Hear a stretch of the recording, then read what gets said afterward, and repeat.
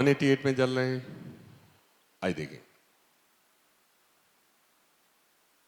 Find the sum of n terms. करें n term का sum निकालना है is equal to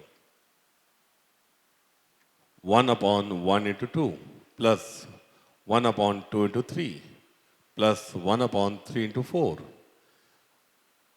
nth term क्या हो जाएगा? सीक्वेंस 1 2 3, nth क्या हो गया? n 2 3 4 are in AP। तो nth टर्म आइडेंटिफाई कर लिया। ये टर्म क्या हो गया? nth term. इसी nth टर्म को पार्शियल फ्रैक्शन में ब्रेक कर लेना है। पिछली बार भी ब्रेक किया गया था, लेकिन पिछली बार फ्रैक्शन कैसा था? इम्प्रॉपर। ये वाला फ्रैक्शन कैसा था? इम्प्रॉपर। ये फ्रैक्शन कैसा है? प्रॉपर। डायरेक्ट हो जाएगा। डायरेक्ट कैसे हो जाएगा? लिख दोगे 1/n minus 1/n plus 1। Solve करके देखो, इसको सिंप्लीफाई करने भी आ रहा है कि नहीं आ रहा है? आ रहा है। अब इस तरह के क्वेश्चंस को कैसे करते हैं, आइए। T1 n की जगह 1 रख देते हैं। n की जगह 1 रख दोगे, 1 माइनस 1/2 हो जाएगा। 2 रख दोगे, यहाँ 2 रख दोगे, 1/2 माइनस 1/3 हो जाएगा। 3 रख दोगे, 1/3 माइनस 1/4 हो जाएगा। सम ऑफ n टर्म्स पूछा है तो nth टर्म लिख दोगे, 1/n माइनस 1/n प्लस 1 हो गया। और पूछा गया था सम ऑफ n टर्म्स। जब इन सबको जोड़ दोगे T1 plus T2 plus T3 plus Tn, तो क्या आ जाएगा? Sum of n terms. T1 plus T2 plus T3 plus Tn, सबको जोड़ दोगे तो क्या आ जाएगा? Sum of n।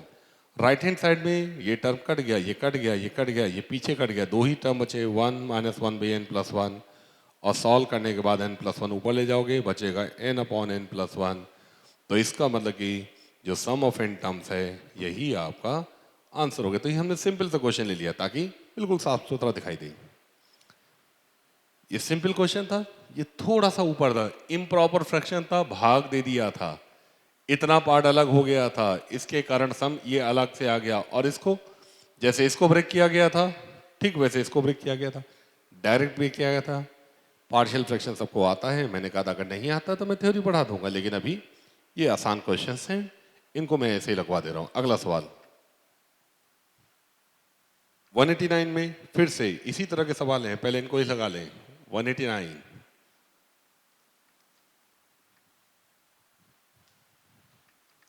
189 में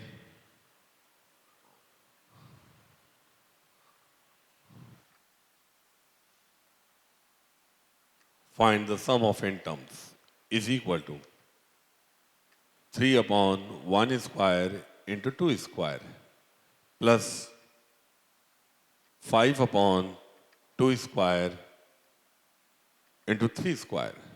3 5 7। अगला term 7 square by 3 square into 4 square. nth term की बात करोगे तो आ जाएगा 2n प्लस 1।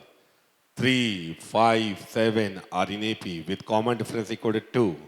तो 2n plus 1 is its nth term. Denominator में क्या आ जाएगा? 1 स्क्वायर 2 स्क्वायर 3 स्क्वायर, तो n square. 2 square 3 square 4 square, देखो n प्लस 1 का होल स्क्वायर। तो ये टर्म हो गया nth term, equal to nth term. इसी को पार्शियल फ्रैक्शन में ब्रेक करना है। कैसे ब्रेक करना है? Tn is equal to 2n plus 1 upon n square into n plus 1 का होल स्क्वायर। ध्यान से देखना है, यहाँ n स्क्वायर लिख दे रहे हैं, यहाँ n प्लस 1 का होल स्क्वायर लिख दे रहे हैं। इतने ही देखें, यहाँ प्लस साइन आना है, माइनस साइन आना है, कैलकुलेशन करने के बाद ही समझ में आएगा। n प्लस 1 का होल स्क्वायर क्या होता है? n square plus 2n plus 1। ये क्या लिखा है? n square. चाहिए क्या? 2n plus 1। बीच में क्या लिख दोगे? Minus sign. और यहाँ क्या लिख दोगे? 1। यहाँ लिख दोगे 1। उससे फायदा क्या होगा?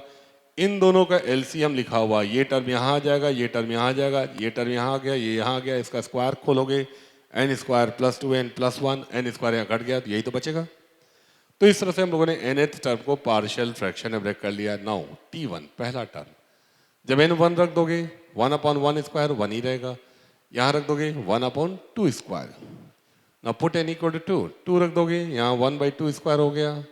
अगला क्या गया? 1/3 square. Third term 1/3 square minus 1/4 square. ये प्रोसेस कंटिन्यू करोगे, nth टर्म आ जाओगे 1/n square minus 1/n plus 1 का whole square.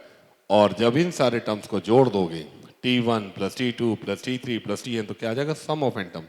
Right hand side में ये टर्म्स कट रहे हैं, केवल दो ही टर्म बचे, ये 1 बच रहा है, ये बच रहा है। सॉल्व करने के बाद ये टर्म ऊपर ले आओगे, 1 घट जाएगा, n square plus 2n upon n plus 1 का होल स्क्वायर। ये आंसर आ गया और चेक करना है, सब्जेक्टिव क्वेश्चन है ये, ठीक। अभी पीछे वाले सवाल में, इस सवाल में अगर हम लोग से पूछा जाता कि find the sum of infinite terms, तो देखना है क्या सम ऑफ इनफाइनाइट टर्म्स निकल पाएगा। 1 माइनस 1/2, 1/2 माइनस, टर्म्स छोटे होते जा रहे हैं। 1/2 कट गया, 1/3 1 कट गया, 1/4 1 कटते जा रहे हैं, टर्म्स छोटे होते जा रहे हैं, कटते जा रहे हैं, क्योंकि डिनोमिनेटर बड़ा होता जा रहा है। इसका जब इनफाइनाइट टर्म्स की बात करेंगे, जो टर्म आगे जैसे जैसे बढ़ते जाओगे कटते जाएंगे, छोटे होते जाएंगे, कटते जाएंगे, छोटे हो जाएंगे, फाइनली 0 से 0 घटाना होगा, तो 0 माइनस 0 क्या हो जाता है? 0। तो सम ऑफ इन टाइम्स में अंतिम वाला टर्म ही कट जाएगा, क्योंकि लगातार कटते जाएंगे, केवल क्या बचेगा? 1। तो सम ऑफ इनफाइनाइट टर्म्स पूछा जाता तो आंसर क्या जाता है? n। और जब हम लोग कैलकुलस पढ़ेंगे, कैलकुलस से भी देखना चाहें तो लिमिट ले लोगे, limit n tends to infinite, ये जो आया था इसी में as n tends to infinite sum of n terms, इसी में अगर लिमिट ले लोगे कि n जब इनफाइनाइट हो जाए तो आंसर क्या हो जाएगा। तो लिमिट निकालने का तरीका क्या होता है? न्यूमरेटर और डिनोमिनेटर में n से भाग दे दोगे, यहाँ n का भाग दोगे 1 बचेगा, यहाँ क्या बचेगा? 1 प्लस 1 भी n। अब चेक करोगे, as n tends to infinite ये 0 हो जाएगा, तो 1/1 कितना आ गया? 1। क्या यही आंसर आया था? अगर इसमें सम ऑफ इनफाइनाइट टर्म्स की बात करते तो सम ऑफ इनफाइनाइट टर्म्स ऐसे में, चूंकि ये n आ रहा है, इनफाइनाइट हो जाएगा। Sum of infinite terms is not a finite number, not a finite number. फिर भी ट्रेंड देखा जाए, देखो क्या हो रहा था, टर्म्स छोटे होते जा रहे थे। यहाँ पे जब हम लोगों ने इसका कैलकुलेशन किया था तो क्या देखा था हम लोगों ने? ये आया था, इसमें लिमिट लगा दोगे, लिमिट चाहिए तो देखा जाए क्या आएगा। फाइनाइट तो नहीं, लेकिन क्या होना चाहिए? लिमिट क्या होता है? ट्रेंड होता है। As N tends to infinite sum of N term, इसमें क्या करोगे? ऊपर नीचे इनका भाग दे दोगे, ये तो निकल आएगा।